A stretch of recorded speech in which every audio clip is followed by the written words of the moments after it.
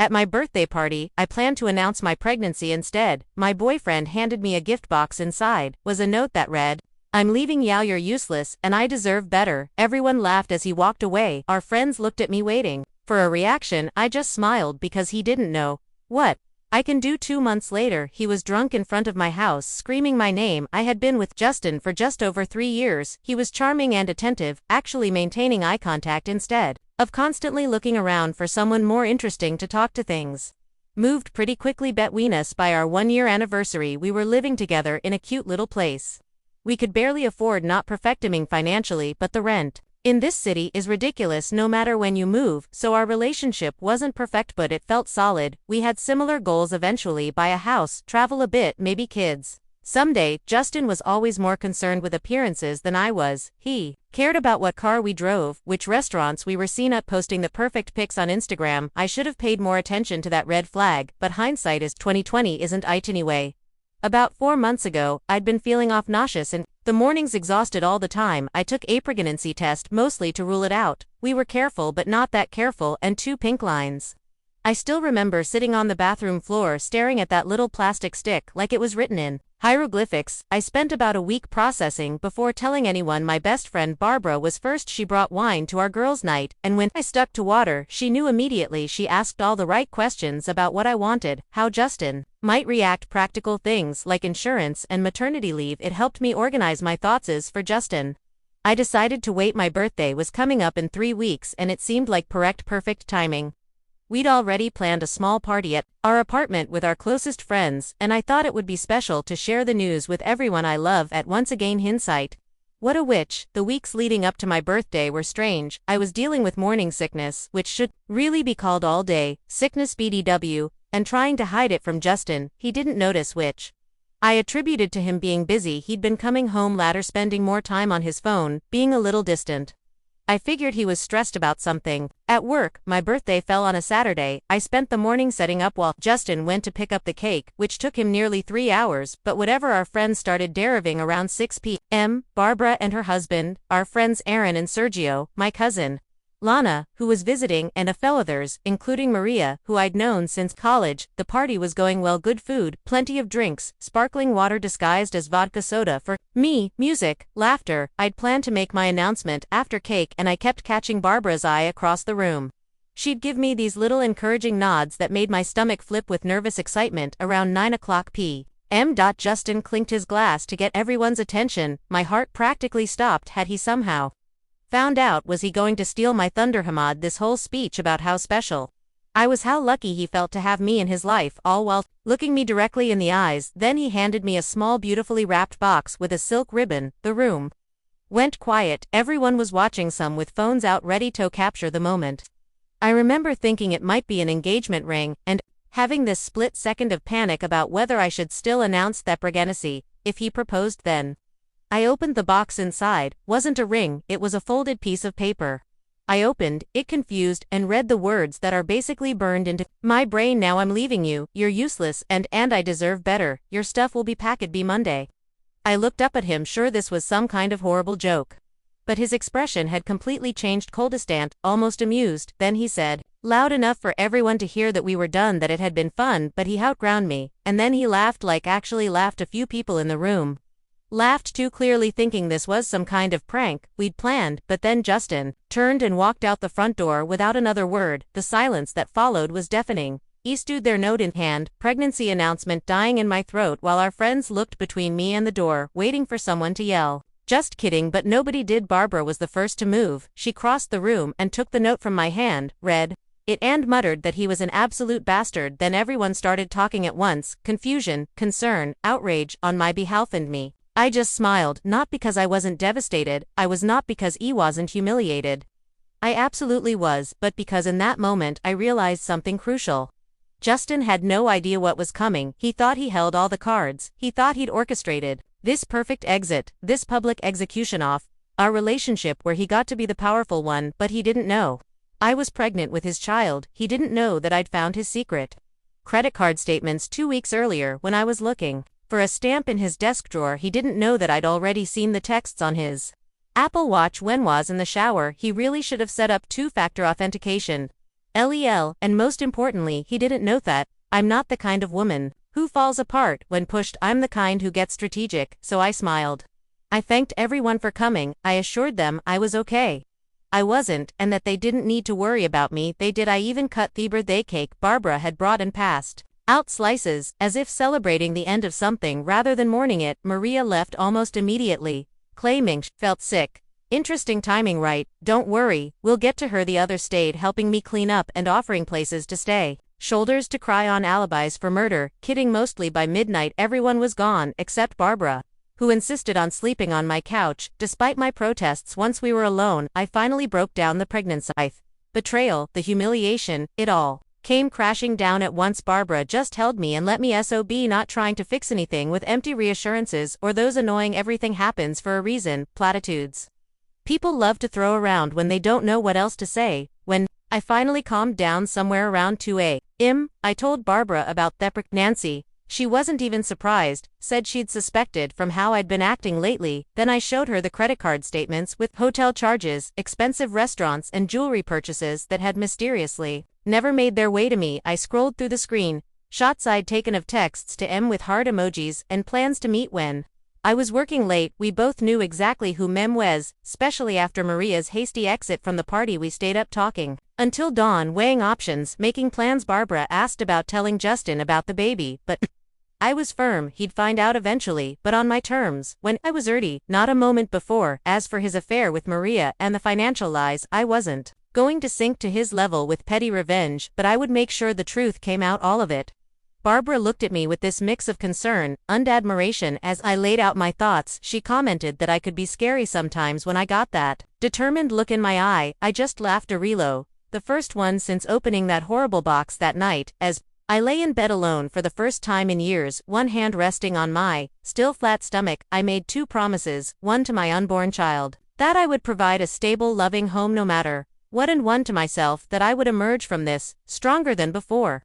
Justin thought he was writing the end of our story with that cruel note, and if there's one thing I've learned from all those true crime podcasts I listened to while doing laundry, it's that the best revenge requires patience, planning, and a clear head, all three of which I had in abundance. Next time, I'll tell you what happened in the days and weeks after, including how I confirmed exactly who he left me for. Spoiler alert, it wasn't a surprise, and the first signs that his grand exit strategy wasn't working out quite as planned. First update. Hey Reddit, Lily here with the promised update. First, thank you so much for all the supportive comments on my last post. It's weird how strangers on the internet can sometimes be kinder than people you've known for years, isn't it?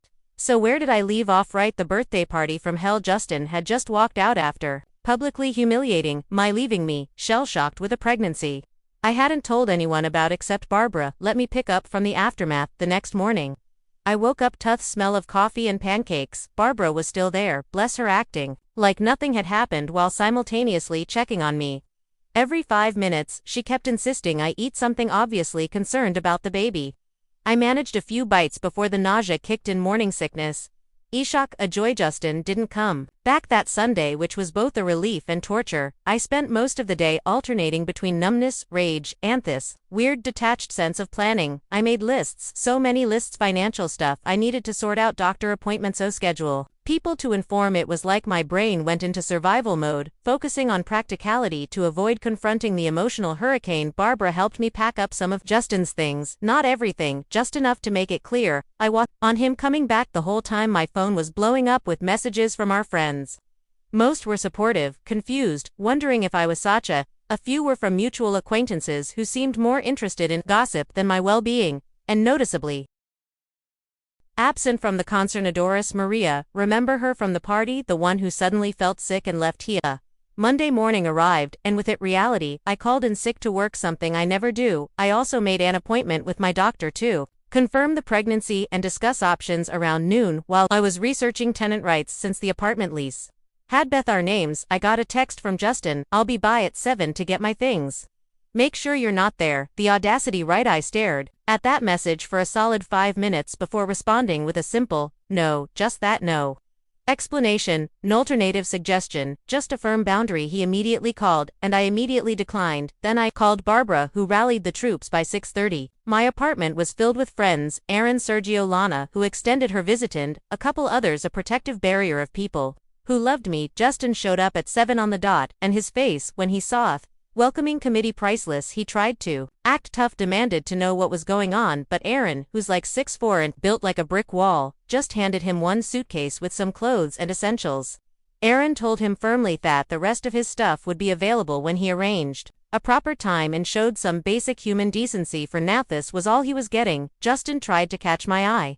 Where I sat on the couch deliberately calm, he started saying something about how this was ridiculous, and to just let him get his things. I finally spoke directly to him, telling him he should consider himself lucky I hadn't changed the locks yet, and we could discuss the rest of his belongings once I'd had time to process his lovely birthday surprise. He started to argue, but something in my expression must have warned him off. He took the suitcase and left, but not before muttering something about me always needing an audience.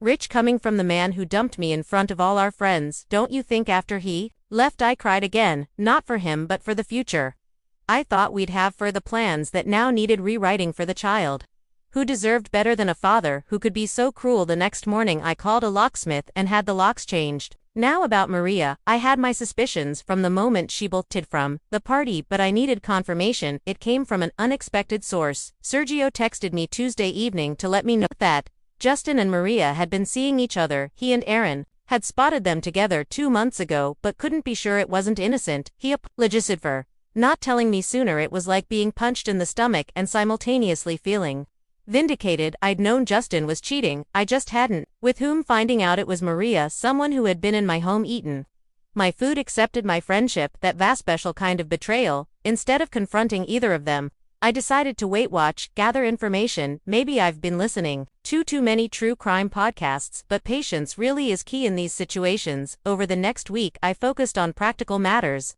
I officially confirmed my pregnancy 10 weeks along. I spoke with a lawyer about the apartment lease and division of assets. Thankfully, we weren't married, so no divorce drama. I froze our joint credit card and opened a new bank account in just my name.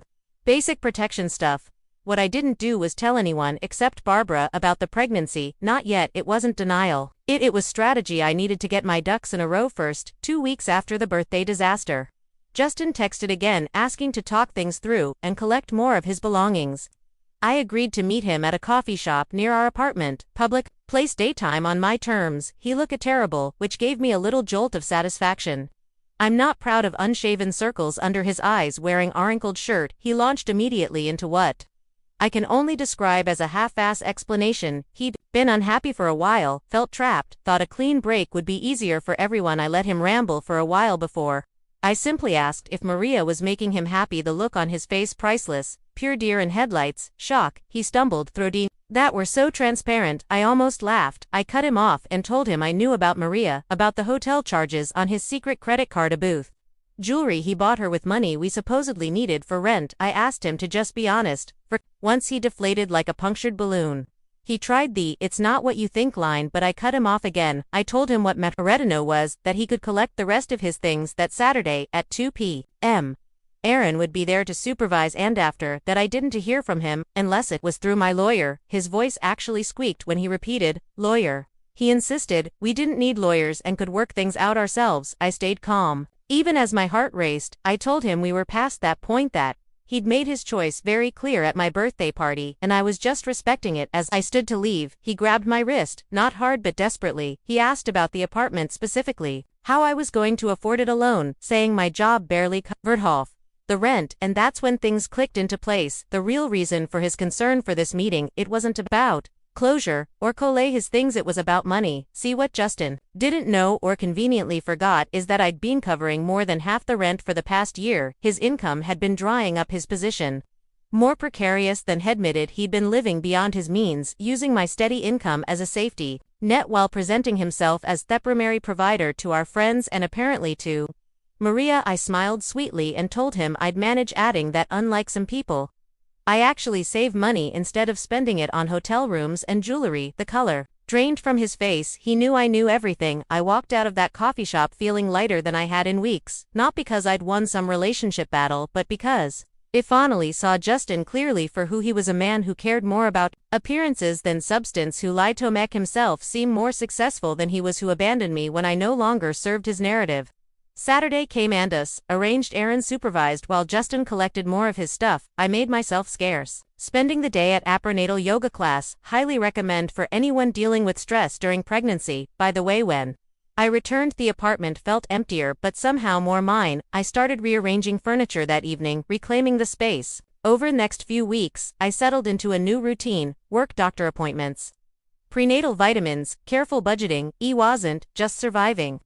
I was planning for a future that looked different, but not necessarily worse than what I'd envisioned before. As for Justin and Maria, well, their romance wasn't exactly thriving through the grapevine. Through Sergio, who heard from his cousin who works at the restaurant where they frequently argued in public, I learned that Maria was growing increasingly unhappy with her prize. Apparently Justin had painted himself as much more financially stable than he actually was. Big surprise. Right, the first real crackered about a month after our coffee shop meeting. I was at the grocery store carefully comparing prices on prenatal vitamins when I literally bumped carts with Maria. She looked startled, then guilty, then defiant. In rapid succession, she greeted me awkwardly, saying I looked good. I replied that she looked tired, and she genuinely did. She had that same stressed expression Justin had worn at the coffee shop. An awkward silence stretched between us until she blurted out that Justin had told her we were separated already when they started seeing each other. According to her, he claimed we were basically done just living together until the lease ended. Ira sent eyebrow but said nothing. She stumbled through what might have been an attempt at justification or maybe an apology, saying she wouldn't have gotten involved if she'd known we were still together. I finally told her it didn't matter now that she had him and should enjoy it. As I turned to leave, she called after me, saying he wasn't what she thought, that he promised things he couldn't deliver. I looked back at her. This woman I'd once considered a friend, no diminished by her own choices. I simply told her that sounded like a personal problem that I couldn't help her with. About 6 weeks after the birthday party, I started showing just a little bump, but unmistakable. To anyone looking closely, I decided it was time to be more open about the pregnancy. I told my boss, first, who was amazingly supportive, offering flexible hours for me third trimester. Then I gradually told other friends and family. Word travels fast. In social circles, I knew it would eventually reach Justin, but I wasn't hiding anymore. This baby was happening with or without his involvement. 7 weeks post-breakup, as my pregnancy hit the 17-week mark, I received a series of increasingly frantic texts from Justinas. It true? Are you pregnant? Why didn't you tell me? We need to talk immediately. Answer your phone. Lily, this involves Mo too. I didn't respond to any of them, not out of spite, but because I truly didn't know what to say yet. I needed to process this new phase to decide what role, if any, I wanted him to have in our child's life. The text continued, growing more desperate. I have rights. You know you can't keep my child from me. Call me back, or I'm coming over. That last one prompted me to finally respond. I told him not to come to my apartment uninvited, that I would call the police if necessary, and that I would contact them when I'm ready to discuss this civil. He backed off for exactly 2 days. Then, as the title of my original post foreshadowed, he showed up. It was just after 11 o'clock p.m. I was in bed reading a pregnancy book and making notes when I heard it, a car door slamming, then footsteps on the path to my door, then pounding, not knocking, pounding. And Justin's voice slurred but unmistakable. Lily, open the door. I know you're in there. We need to talk about our baby. For a moment, I just sat there, heart racing, unsure what to do. Call the police, call Aaron, hide and hope he goes away. Then I heard something that made the decision for me. Crying. Justin was outside my door, drunk and crying, alternating between muns and pleas. He was saying he made a mistake, asking me to let him in, insisting that it was his baby, and despite everything he'd done, some small part of me felt not sympathy exactly, but recognition, the realization that his grand exit strategy, his new life with Maria, his escape from useless me, none of it was working out as planned. Reality had finally caught up with Justin, and it had the face of an unexpected baby and financial instability. I got out of bed on a robe and approached the door cautiously. I didn't open it, but I spoke through it, telling Justin he was drunk and should go home, that we could talk tomorrow. When he was sober, he shouted that he needed to see me now, needed to see if it was true, if we were really having a baby. I confirmed through the closed door that yes, I was pregnant 18 weeks now, and yes, it was his, but this wasn't the way to discuss it, and he needed to go home.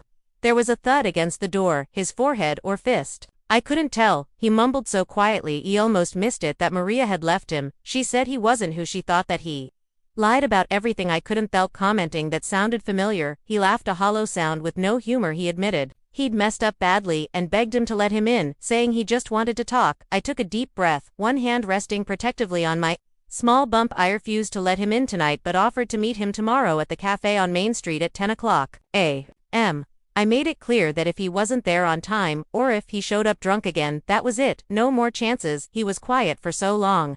I thought he might have passed out then. Softly, he agreed. Tomorrow, 10 a.m., he promised he'd be there. I heard him walk away, his footsteps uneven. A car engine started, not his. Thankfully, he'd called a ride at least. He'd done one responsible thing. As I climbed back into bed, my phone lit up with a text from him.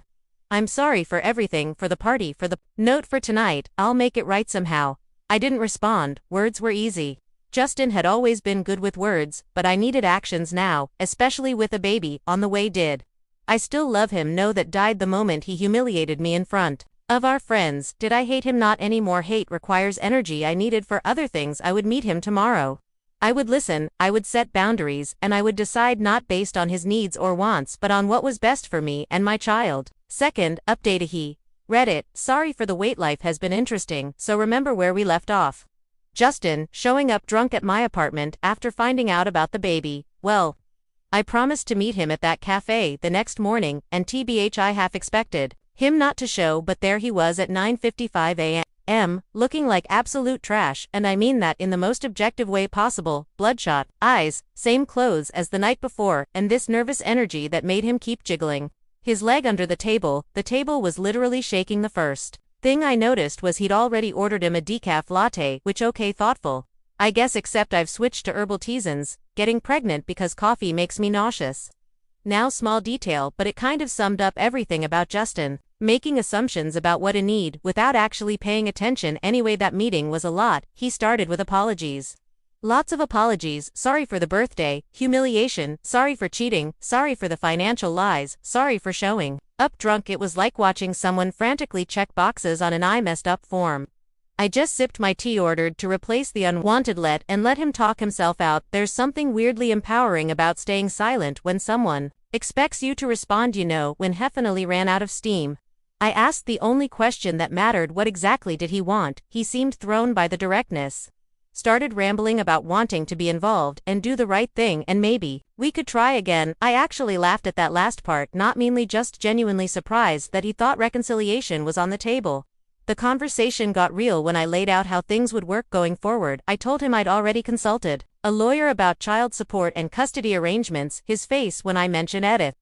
Lawyer again, lol. It was like watching someone realize they're actually in the deep end of the pool when they thought they were just dipping their toes. I explained that I wasn't keeping him from his child, but that trust had to be rebuilt from the ground up. That meant scheduled visits, financial responsibly, and consistently showing up, not just when it's convenient or Instagram worthy. He kept trying to steer conversation toward us as a couple, and I kept steering it back to us as co-parents. Eventually he got frustrated. I was being cold and calculated. I pointed out that cold and calculated is exactly what his birthday note had been. The difference was I was being cold and calculated to protect our child, while he'd done it to protect his ego that shut him up before I left. I handed him a folder containing info on the baby, ultrasound pics, due date, doctor details, along with what my lawyer had drafted regarding child support. Told him to review it, consult his own lawyer if needed, and let me know his thoughts once had time to process. As I stood to leave, he grabbed my wrist again. Seriously, what is it with the wrist grabbing? And asked if Maria knew about the baby. I told him that wasn't my information to share, but that I hadn't gone out of my way to tell her then.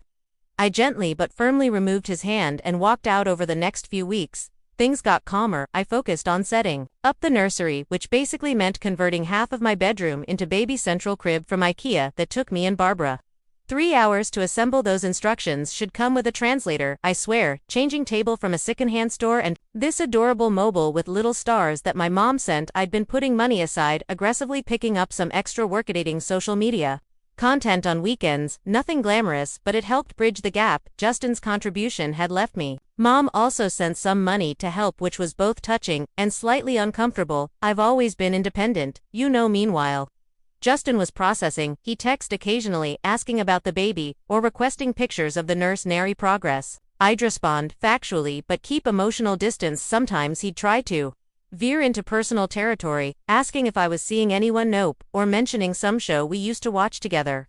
I gently redirect. Then came the incident. Yes, it deserves capital letters. I was at Target on A Saturday afternoon loading up on diapers. You can never have too many according to every mom blog ever. When literally bumped carts with Maria again. What are the odds? This time was different though. She wasn't awkward or defensive. She actually seemed relieved to see me. She immediately asked how I was feeling, how the preg was going, all while looking genuinely interested. Then she said something that caught me completely off guard.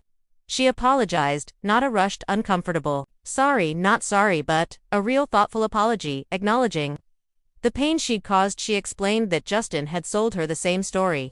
He'd apparently fed multiple women, that we were basically over just going through the motions, that I was holding him back from his true potential. She found out he'd been seeing another woman while dating her. The irony wasn't lost on either of us. We ended up getting coffee, tea for me, and having this surreal conversation about the man we both now saw clearly for who he was. Not a monster, just a deeply insecure person who needed constant validation and was willing to lie to get it, as we were saying goodbye. Maria mentioned casually that Justin had been let go from his job 2 weeks earlier. She thought I should know, since it might affect child support. I thanked her for the info and headed home, processing this new development I wasn't happy about. Justin's job loss, it complicated things, but I appreciated knowing that evening as I was folding to knee onesies and listening to my favorite podcast. My doorbell rang. I checked the peephole, always checked the Epifoli folks, and saw Justin standing there, sober this time, but looking rough. I opened the door but didn't invite him in. He started talking immediately, asking if I'd heard about his job, saying it wasn't his fault that he was being set up. Then he asked if I'd seen Maria recently, sounding suspicious. I told him yes, we'd run into each other at Target. This face did this weird thing where it tried to look casual, but just looked constipated instead. He asked what we talked about, and I simply said, you mostly. He did not like that answer, lol. Then he started getting agitated, saying we were probably conspiring against him. Thought everyone was turning on him when he was just trying to his best in a difficult situation. I reminded him that he created this situation with choice made, and that playing victim wasn't going to work with me. That's when he broke down. Not dramatically, not movie-style tears, just crumpled, said his life was falling apart, no job, no girlfriend, apartment he could barely afford, and a baby on the way he wasn't prepared for. For a brief moment, I felt that older ghetto comfort him to fix things, but then I remembered the cold words in that birthday note, you're useless, I deserve a bitter. Instead of comfort, I offered clarity. I told him he had two paths for Ward: continue the pity party and lose everything, or step up, take responsibility, and rebuild. For the first time since this whole mess started, Justin really listened. No interruptions, no excuses, just listening. When I finished, he nodded slowly and asked if I could talk inside. I hesitated, then agreed, but left the door open. Never fully close yourself in with Summy and Unstable. We sat at my kitchen table, and he asked thoughtful questions about the baby for the first time. Not surface level stuff, but real questions about health, development plans for delivery. As we talked, I realized something important. I no longer felt anything romantic for Justin, but I did want him to be okay, not for his sake, but for our child's. Before left, he promised to review the child support agreement and find a new job ASAP. He also surprisingly thanked me for not hating him, when I had every right to. I told him hate takes too much energy, and I was saving my energy for more important things now. The next few weeks brought subtle changes. Justin found a new job paying less but steadier. He signed the child support agreement with that argument. He even enrolled in a parenting class at the community center as my due date approaches. Things feel not perfect but functional. Justin and I have established a cautious co-parenting relationship built on clear boundaries and expectations. He comes to doctor appointments when invited. He helped assemble the crib when I finally admitted defeat with those ridiculous IKEA instructions. Last week, at 7 months pregnant, I received a package from him. Inside was a journal, not expensive, just simple and practical, with a note that said, for your thoughts, plans, and all the true crime podcast notes you want to write. You were never useless. I was just too self-absorbed to see your value. I didn't respond. Some things don't need acknowledgement, but I did start using the journal mostly to document this journey, so I can someday tell our child, complicated, messy, very human story of how they came to be. Next time, I'll update you on the birth coming soon, and how Justin handled the reality of actually becoming a father. Because if there's one thing I've learned through all this, it's that people can pursue, sometimes with their cruelty, sometimes with their growth, but always with their humanity. Last update. Hey Reddit fam, it's been so long since my last update that some of you probably forgot about me. LOL, a lot has happened, Eden. I've been meaning to post. But having a newborn doesn't exactly leave you with tons of free time or functioning brain cells, so the baby is here. Little Zoo arrived 6 weeks ago, weighing 7 4 ounce with a full head of dark hair and her father's chin, the only feature of Hisium. Not mad about her inheriting. TBH labor was, well, let's just say all those YouTube birth vlogs I binged did not prepare me for the reality. 32 hours people, 32 hours. The funny thing is, during those endless hours off contractions, I kept thinking about how much I'd changed since that birthday party from hell. 8 months ago I was a woman standing in shock, with a breakup note in my hand. Now, I was bringing a whole human into the world. Life comes too fast, doesn't it? Justin was actually at the hospital for the birth, which surprised pretty much everyone, including he showed up with this massive teddy bear that literally wouldn't fit through the door of my hospital room. Seriously. Where did he think we were going to put that thing in my one-bedroom apartment? But he stayed through the waiting, through my not-so-ladylike screaming. It all. Barbara was my rock though when things got intense, and I was convinced I couldn't do it anymore. Shua's right there reminding me that I was already doing it. Justin mostly hovered awkwardly in the corner, scrolling through his phone and occasionally asked if I needed anything, which I mean at least he was trying. When Zoe finally arrived and they placed her on my chest, I had this moment of pure clarity. Everything we go through, all the heartbreak, betrayal, uncertainty, it all to her, and I wouldn't change a single step of the journey. Justin cried when he held her, not movie star tears, but this awkward trying not to but can't help it kind of crying that made his nose run and his face blotchy. It was the most genuine emotion I'd seen from him in our entire relationship. The first few weeks at home were a blur of diaper changes, feeding struggles, and sleep deprivation unlike anything I've ever experienced. My mom came to stay for 2 weeks, which was both a blessing and a challenge. She kept reorganizing my kitchen cabinets because apparently my system makes no sense. But seriously, who puts colanders with the pots instead? Off with the strainers. That's just chaotic. Justin has been surprisingly present, not in a live-in father way, but he comes by 3 times a week for scheduled visits. Sometimes he brings useful things like diapers or takeout. Other times he brings ridiculous baby clothes that are completely impractical but admittedly cute. Last week, it was a tiny leather jacket for a 6-week-old. I didn't have a heart to tell him she outgrow it before the weather's even cool enough to wear it. Our co-parenting relationship is still evolving. We have moments of tension, especially when he shows up late or cancels last minute because of work stuff, but we also have moments where it feels almost normal, like when he noticed I was struggling with a clogged milk duct and actually researched remedies, then showed up with cabbage leaves and a heating pad. If you know, financially things have settled into a workable routine. Justin pays his child support on time so far, and I've been able to work from home part-time doing social media management, not getting rich but paying the bills. My landlord actually let me renew the lease in just me name without any drama, which felt like a small victory. The apartment feels completely different now. Justin's stuff is gone, replaced by baby gear that somehow takes up twice the space. I repainted the living room this soft sage green that makes me happy every time I see it. It's amazing how much your surroundings affect your mood, you know. Maria and I still run into each other occasionally. Your city isn't that big. It's less awkward now, more like running into a distant acquaintance than someone who blew up your life. Last time she was with a some bearded guy who kept calling her babe every 3 seconds. She seemed happy, if a little forced about it. I genuine like she is. As for Justin, he's still struggling in some ways. His new job isn't going great, according to Barbara Ho. Heard from Aaron, who plays basketball with Justin's coworker. Got to love small city gossip networks. He moved into this depressing studio apartment that he's constantly complaining about. Sometimes when he comes to see Zoe, I catch him looking around my place with this expression, thoughts hard to read, nostalgia mixed with regret. Maybe the weirdest development has been Justin's apparent personal growth journey. He mentioned he's been seeing a therapist, which, wow, this is the guy who once told me therapy was just paying someone to listen to you. Winnie has been reading parenting books and even joined some dad group on Facebook sometimes. I wonder if aliens abducted the real Justin and left this pod person in his place. Anyway, my own life has taken some unexpected turns. To remember how I mentioned working part-time from home, that actually came through a connection from Sergio, who recommended me to his sister's company. The work is interesting, the people are nice, and most importantly, I can do it while Zoe naps when she actually decides napping is on her agenda, that is.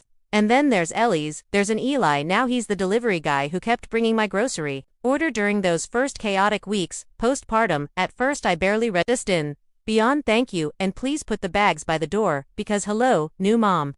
zombie mode, but he started adding little notes to my deliveries, recommending items other parents had found helpful, or sometimes just a dad joke that would make me snort laugh. One day, when I was particularly frazzled, hadn't showered in 3 days, pretty sure there was spit up in my hair, he dropped off my order and asked if I wanted him to help carry the cases of water to my kitchen. I hesitated. Strange man in my apartment and all that, but something about him felt safe as he helped put away the groceries. We started talking. Turns out he's finishing his degree in environmental science, delivering groceries to pay the bills. He has a younger sister with 2 kids they helps with regularly, which explains why he didn't run screaming from my disaster zone of an apartment. We exchanged numbers in case there were any issues with future deliveries. We both knew that was BS, but it was a comfortable fiction. We've been texting and he's come by for coffee a few times. It's nothing serious. I'm in no rush to dive into another relationship, but it's nice to talk to an adult who doesn't want to discuss diaper brands or sleep training methods. Last week when Justin came for his visit,